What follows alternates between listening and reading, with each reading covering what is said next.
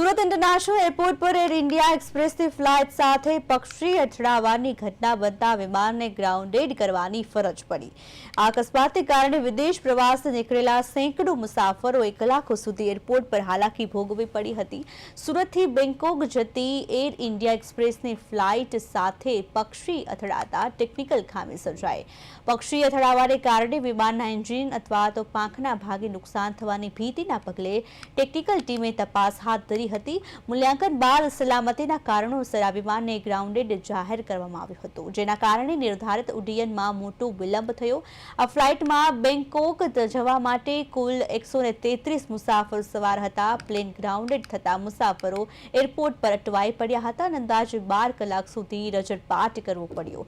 Airlines દ્વારા મુસાફરો માટે તાત્કાલિક અન્ય વૈકલ્પિક વ્યવસ્થા ન કરાતા મુસાફરોમાં પણ રોષ જોવા મળ્યો હતો।